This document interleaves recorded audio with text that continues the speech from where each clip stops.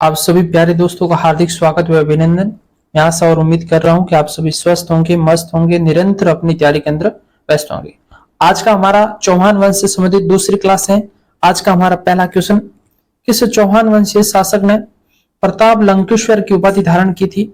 इसका right answer होगा अर्णोराज का छोटा पुत्र जिसका नाम था सोमेश्वर।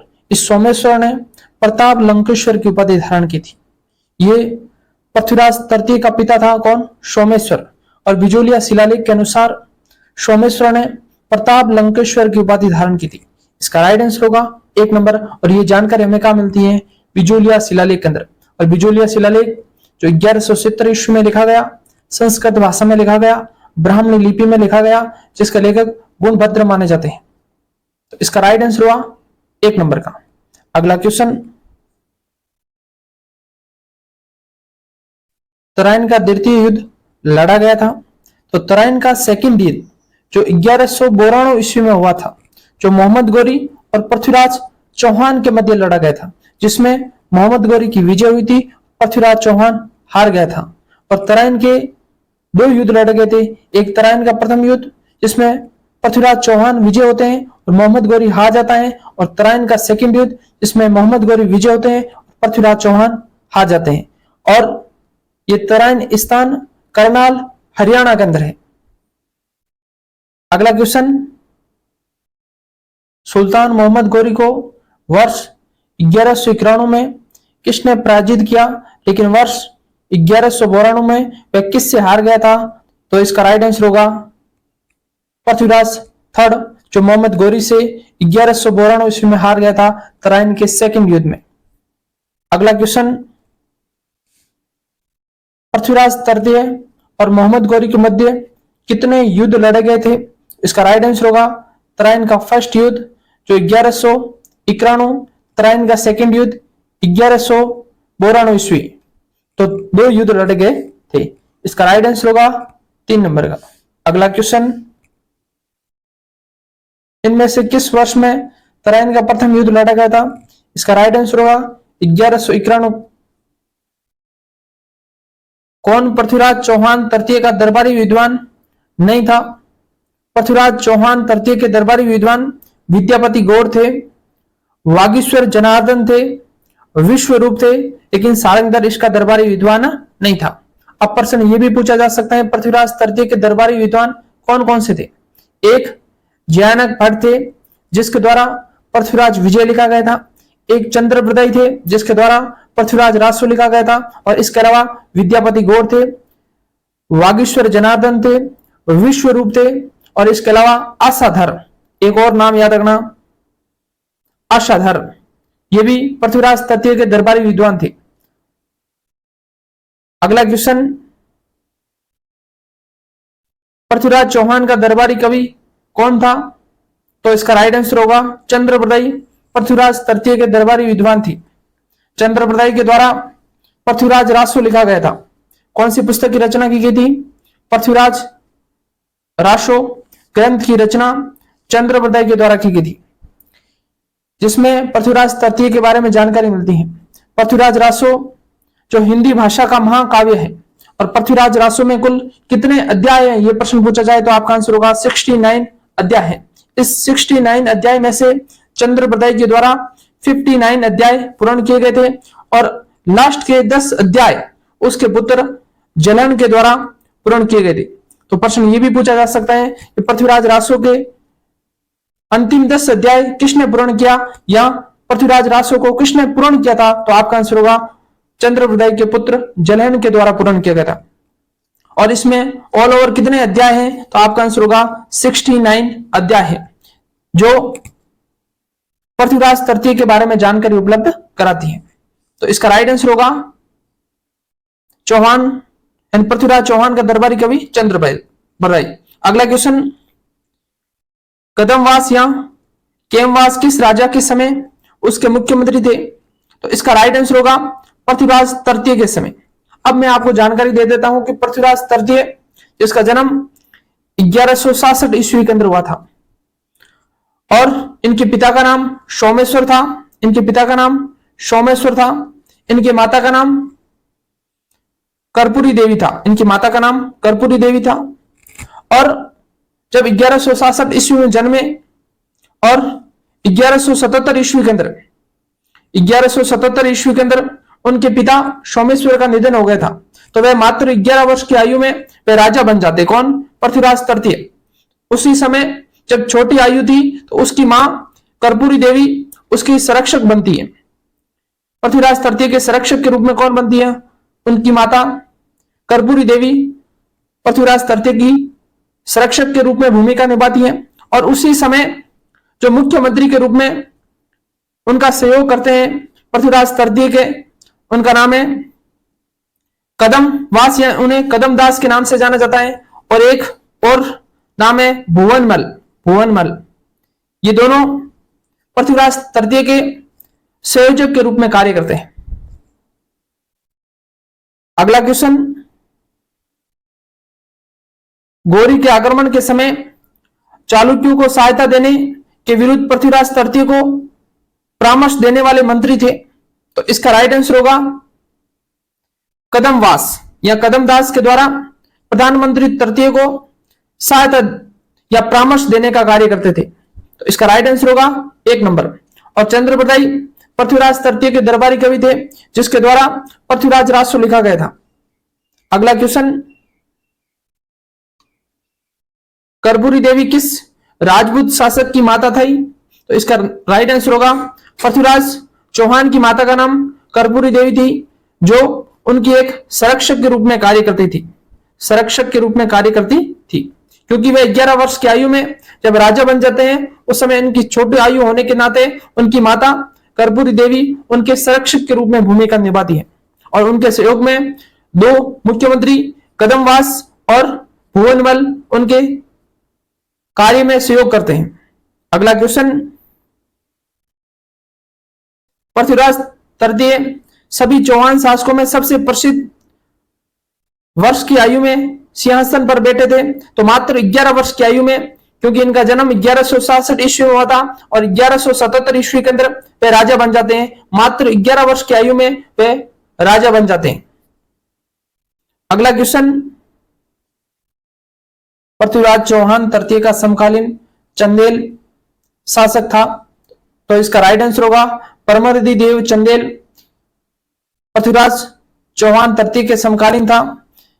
पृथ्वीराज चौहान और परमर्दी देव चंदेल के मध्य 1182 ईस्वी के अंदर महोबा का युद्ध होता है और इस महोबा के युद्ध में पृथ्वीराज चौहान की विजय होते हैं, परमर्दी देव चौहान हार जाते हैं और परमर्दी देव चौहान के 2 सेनापति आला व उदा वीर गति को प्राप्त हो जाते हैं। और उसके बाद में महोबा का प्रशासन पृथ्वीराज तृतीय के द्वारा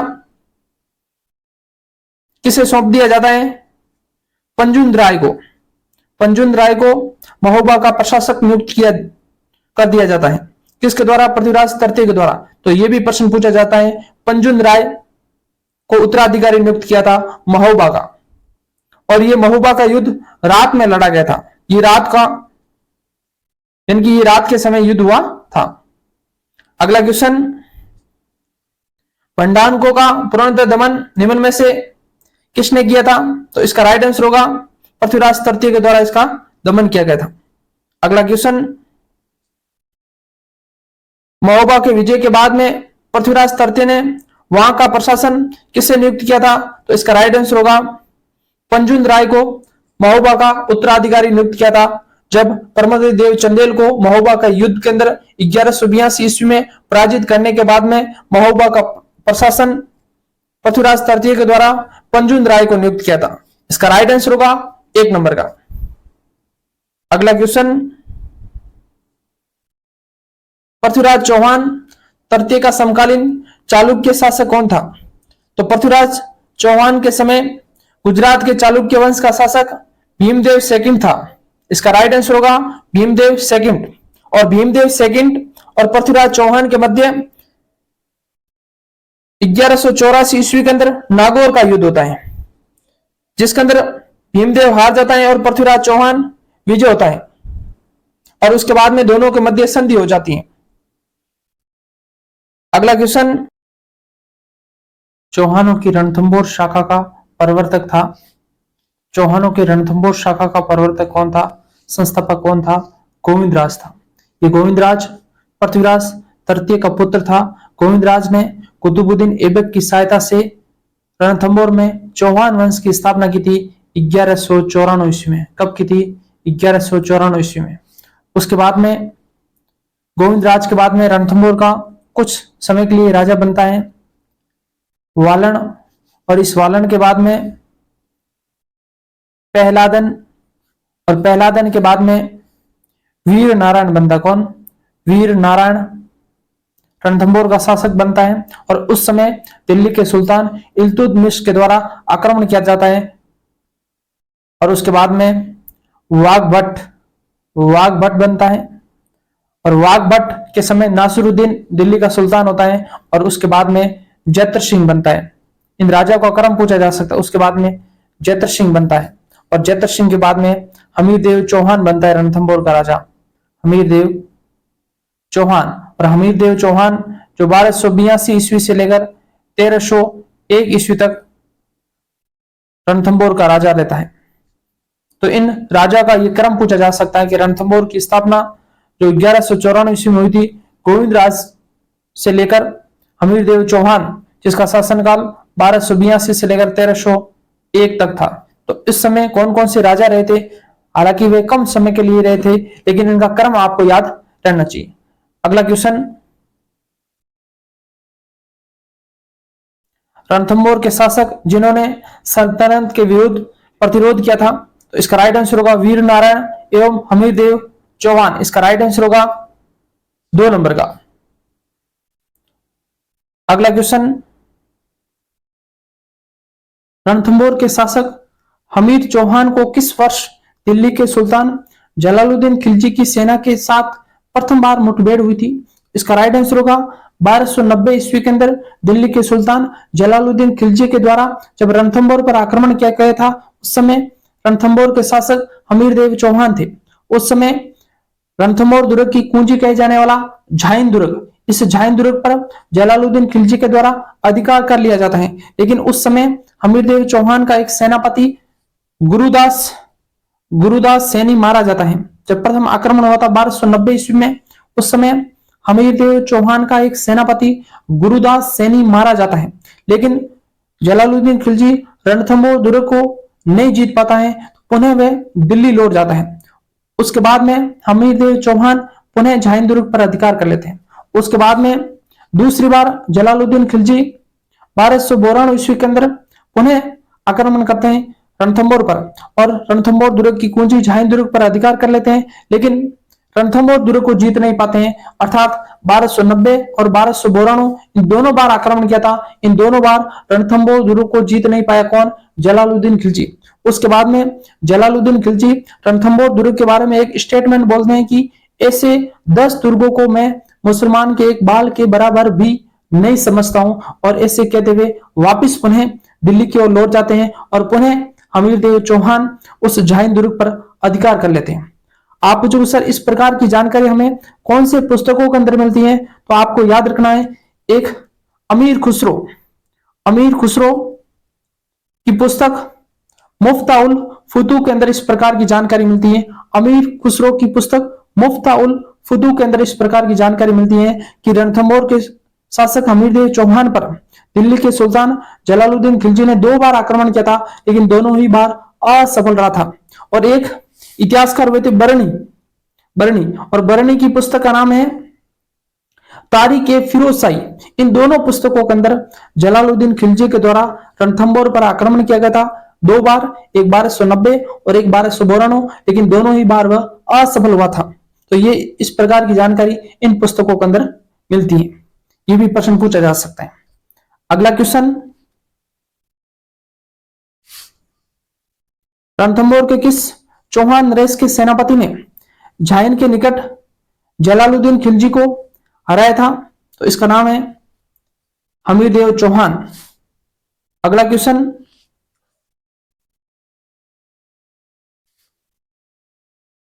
प्रथम खिलजी सुल्तान जिसने रणथंभौर दुर्ग पर आक्रमण किया हुआ था, तो प्रथम खिलजी सुल्तान जलालुद्दीन खिलजी के द्वारा 1290 ईस्वी में आक्रमण किया गया था और दूसरी बार 1292 ईस्वी में आक्रमण किया था, लेकिन दोनों ही बार वह असफल रहा था। कौन? जलालुद्दीन खिलजी। और उसके बाद में वह रणथंभौर दुर्ग के बारे में कहता है कि मैं ऐसे 10 दुर्गों को मैं मुसलमान के एक बाल के बराबर भी महत्व नहीं देता हूं। इस प्रकार का कथन कहते हुए वापस वह दिल्ली की ओर लौट जाता। कौन? जलालुद्दीन खिलजी। और उसके बाद में जलालुद्दीन खिलजी का भतीजा एक अलाउद्दीन खिलजी रणथंभौर पर आक्रमण करता है 1299 ईस्वी में प्रथम बार। 1299 ईस्वी के अंदर प्रथम बार आक्रमण करता है। अगला क्वेश्चन,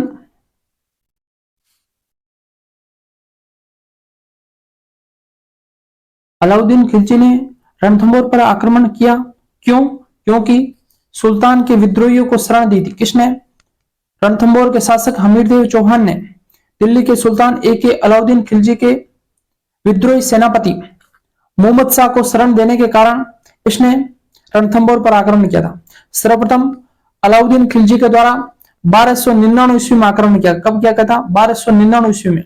अलाउद्दीन खिलजी के दो सेनापति के नाम, एक का नाम नुसरत खां, एक का नाम उलुग खां। इन दो सेनापतियों ने 1299 ईस्वी में रणथंभौर पर आक्रमण किया था और उस समय रणथंभौर दुर्ग की कुंजी कहे जाने वाला झाइन दुर्ग पर अधिकार कर लिया था। और उस समय हमीरदेव चौहान के दो सेनापति, एक धर्मपाल और एक भीम सिंह, और उस समय हमीरदेव चौहान का एक सेनापति भीम सिंह मारा गया था। और उसके बाद में जब कहा जाता है कि झाइन दुर्ग पर अधिकार कर लिया था, उसके बाद में जब ए अलाउद्दीन खिलजी का सेनापति नुसरत खां प्राचीन दीवारों को तोड़ रहा था, उस समय एक ऊपर से किले से पत्थर आने के कारण उस समय नुसरत खां भी मारा गया था। कब? 1299 के अभियान के दौरान। तो ए अलाउद्दीन खिलजी का कौन सा सेनापति मारा गया था? नुसरत खां मारा गया था। और हमीरदेव चौहान का कौन सा सेनापति मारा गया था?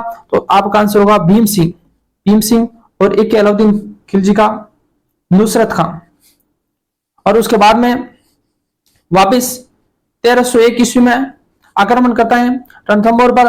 उस समय रणथंभौर को जीत लेता कौन? ए अलाउद्दीन खिलजी। और उसके बाद में रणथंभौर दुर्ग को उलुग खां को सौंप देता कौन? ए अलाउद्दीन खिलजी। अगला क्वेश्चन, हमीर ने सुल्तान ए अलाउद्दीन खिलजी के किस विद्रोही सेनापति को शरण दी थी? तो इसका राइट आंसर होगा मीर मोहम्मद शाह। इसका राइट आंसर होगा मोहम्मद शाह को शरण दी थी। किसने? दिल्ली के सुल्तान अलाउद्दीन खिलजी के विद्रोही सेनापति मीर मोहम्मद शाह को हमीरदेव चौहान के द्वारा शरण दी गई थी। अगला क्वेश्चन, रणथंभौर का युद्ध जो 1301 ईस्वी में निम्न में से किसके मध्य हुआ था? तो इसका राइट आंसर होगा अलाउद्दीन खिलजी व हमीरदेव चौहान के मध्य युद्ध हुआ था 1301। और ये फिक्स डेट याद रखना, 11 जुलाई 1301 ईस्वी में अलाउद्दीन खिलजी ने रणथंभौर पर अधिकार कर लिया था।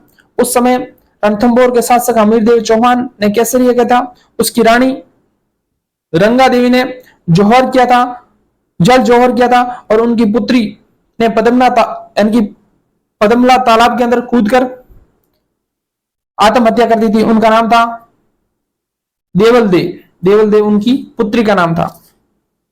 अगला क्वेश्चन, अब मैं आपको बता दूं कि हमीरदेव चौहान के बारे में।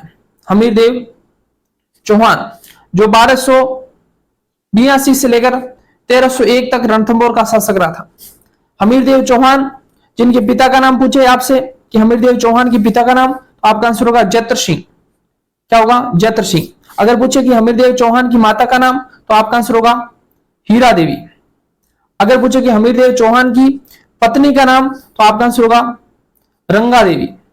अगर पूछे कि हमीरदेव चौहान की पुत्री का क्या नाम था जिसने जल जौहर किया था पदमला तालाब के अंदर कूदकर, उसका नाम है देवल देव। अगर पूछे कि उनके दरबारी विद्वान कौन थे, हमीरदेव चौहान के दरबारी विद्वान कौन थे, तो आपका आंसर होगा बीजादित्य। हमीरदेव चौहान के दरबारी विद्वान थे बीजादित्य। और हमीरदेव चौहान के गुरु का क्या नाम था?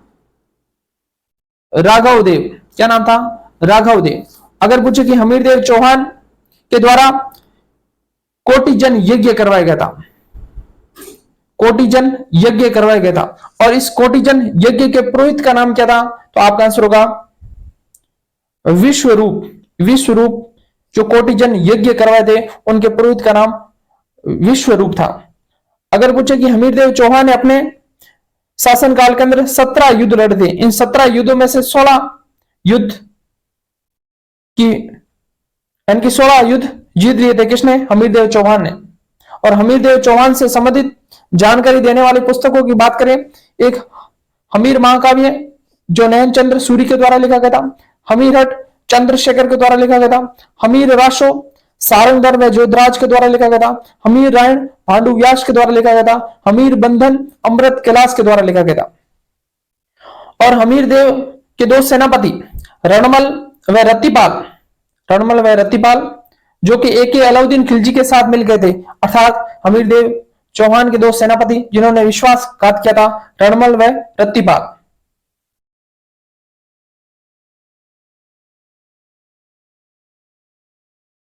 और जब रणथंभौर पर एके अलाउद्दीन खिलजी का अधिकार हो जाता है, उस समय अमीर खुसरो एक कथन कहते हैं कि आज कुफर का घर इस्लाम का घर हो गया। अगला क्वेश्चन,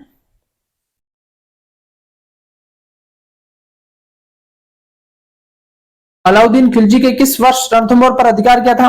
तो इसका राइट आंसर होगा 1301 ईस्वी में। 11 जुलाई 1301 ईस्वी में एके अलाउद्दीन खिलजी रणथंभौर पर अधिकार कर लेते हैं। और उसके बाद में रणथंभौर दुर्ग का अधिकार किसे सौंपते हैं? रणथंभौर दुर्ग का अधिकार एके अलाउद्दीन खिलजी के सेनापति उलुग खां को सौंपकर वापस दिल्ली चले जाते हैं। अगला क्वेश्चन, अलाउद्दीन खिलजी के आक्रमण के समय रणथंभौर का शासक हमीरदेव चौहान था। रणमल और रत्तीपाल ये दोनों विश्वासघात किए थे। और प्रथम जब जलालुद्दीन खिलजी ने आक्रमण किया था उस समय गुरुदास सैनी मारा गया था। और जब एके अलाउद्दीन खिलजी ने आक्रमण किया था उस समय 1299 ईस्वी में हमीरदेव चौहान का भीम सिंह सेनापति मारा गया था। और एक नुसरत खां मारा गया था 1299 अभियान के दौरान, एके अलाउद्दीन खिलजी का सेनापति था। अगला क्वेश्चन, हमीर के किन दो मंत्रियों की गद्दारी से रणथंभौर का पतन त्वरित हुआ था? तो इसका राइट आंसर होगा हमीरदेव चौहान के दो सेनापति जो गद्दार निकले थे, एक का नाम था रणमल, एक का नाम था रत्तीपाल। इसका राइट आंसर होगा 4 नंबर का। अगला क्वेश्चन, 1300 ईस्वी में रणथंभौर पर आक्रमण के दौरान अलाउद्दीन खिलजी का कौन सा सेनानायक मारा गया था? तो उस समय नुसरत खां मारा गया था। और उलुग खां रणथंभौर की विजय के उपरांत अलाउद्दीन खिलजी ने इस दुर्ग को किसके अधिकार में सौंपा था? तो इसका राइट आंसर होगा उलुग खां को सौंपकर वे दिल्ली चले गए थे। इसका राइट आंसर होगा 1 नंबर उलुग खां। आज के लिए इतना ही। यदि क्लास अच्छी लगी हो तो लाइक करना, एक अच्छा सा कमेंट करना और अन्य दोस्तों के साथ शेयर करना और चैनल को सब्सक्राइब करना। धन्यवाद।